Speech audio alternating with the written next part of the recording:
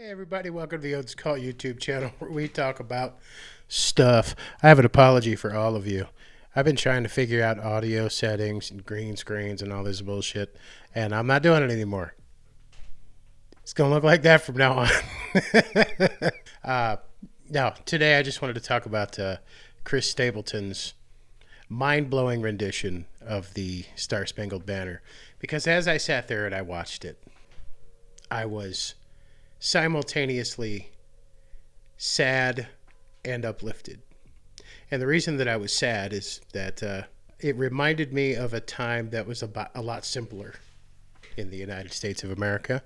A time when our differences weren't quite as huge as they seem to be today for some reason that I cannot begin to understand.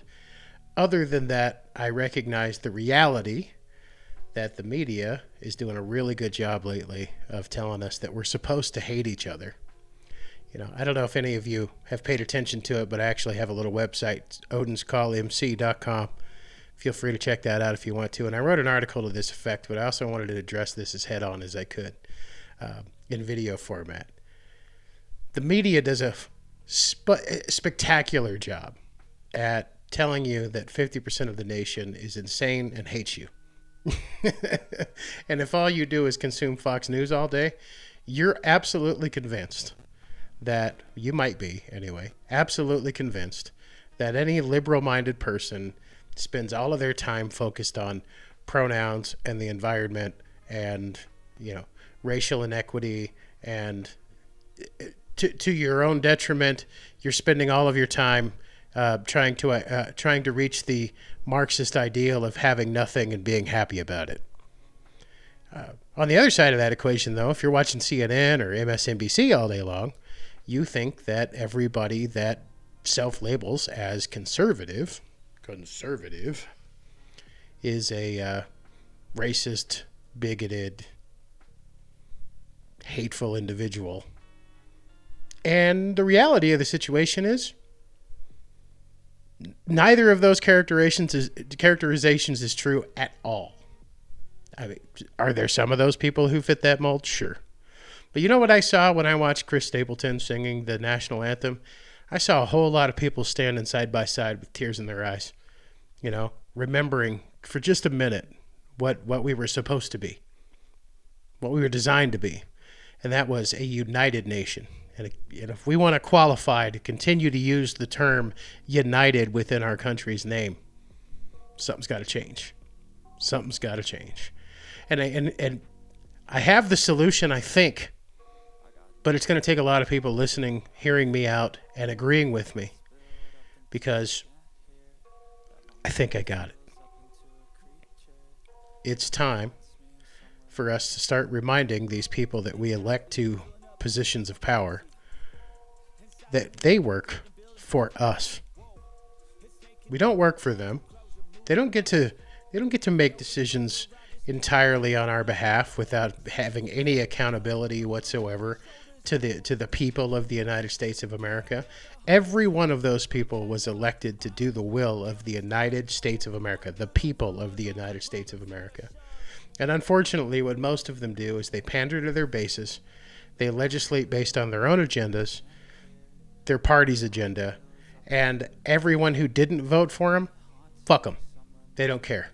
Well, I'm here to tell you, if you were an elected official at the federal level, you're supposed to work for all of us. And if you're not doing that, it's time that Americans begin to hold you accountable by getting rid of you, by voting you out, by relegating you to the obscurity that you need to be relegated to. And one of the things that we can start doing to affect that kind of a change is to refuse to vote for any candidate who clearly thinks, implies, states outwardly that half of America is insane and hates you. Those are not people that we can choose as our leaders moving forward, because it's just not true. Are there some crazies out there? Yes. And the media does a really good job of latching on to the worst among us, the absolute worst among us, and labeling them as well, what the other side is. And it's just not true. In fact, I think the majority of Americans are pretty reasonable people. And we all, for the most part, in general and on the whole, don't come at me with the weirdness, we all have the same stuff in mind. We all want the same things. You know, we want to feed our families. We want to keep a roof over our head. We want to live in some relative, with some relative sense of peace. We want our children to grow up into a better world. And the only difference is our opinions on the path that it takes to get there. And what we cannot do, is sit here and argue with each other in perpetuity without ever coming to a compromise. What that means is that these parties get to sit here and keep us at each other's throats so that they can win our votes. How is that the right thing to do? These people darken the halls of Congress, darken the halls of the Senate in damn near perpetuity at this point by name recognition alone. None of these people have our best interest at heart. None of them care about us. Because here's the bottom line. Americans used to recognize our differences and agree to disagree and find compromises where we could find compromises. And that just doesn't happen anymore. And it doesn't happen anymore because the media is literally manufacturing radicals at this point. And the design of it is just to keep you leaning forward and keep you feeling excited and keep you feeling angry at somebody, because there's no better way to hold on to your eyeball so that they can sell them to the highest bidder in the form of advertising. It's what our country is built on at this point. It's not what we were supposed to be built on, and it's not what we were built on up until relatively recent memory. And it's fucking sad that we sit here convinced half the time, because the media tells us to, that half of America hates us. Regardless of what side of the aisle that you fall on.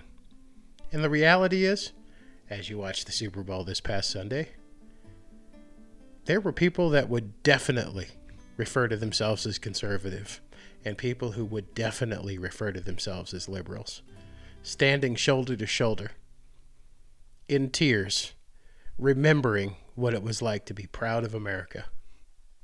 Remembering what it was like when everybody was proud of America together. I'm proud of America, and I think that we can get back to where we were. And I think one of the ways, are there things that got to get better? 1,000%. For sure, there are things that need to get better. But we've forgotten who we are. We focus all of our time on our negative differences and zero of our time on where we are exactly the same. We all have the same ambitions. We all have the same ideas of where we want to be. Different paths to get there. I love you. I respect you. And if I have to, I will protect you. And that's regardless of anything about you other than whether or not you personally are an asshole. And I think about 90% of America isn't an asshole. So, what I'd very much like to do is invite all of you, anybody watching this, to join our community. Not my community, our community of individuals. They're going to stop consuming the mainstream media and letting them tell us what to think. I want you to remember that it's called programming for a reason. If you're watching the 24/7 news cycle, that is Fox News, that is MSNBC, that is CNN, that is any of these crazy channels that are out there, you're hearing the same thing over and over and over again. And repetition creates new beliefs, unfortunately, in all people. You want to know what's going on in the world? Talk to your neighbor. Talk to your friends. Talk to that family member that you haven't talked to since last Thanksgiving or something, because you got into it about politics that we're not going to change each other's minds about.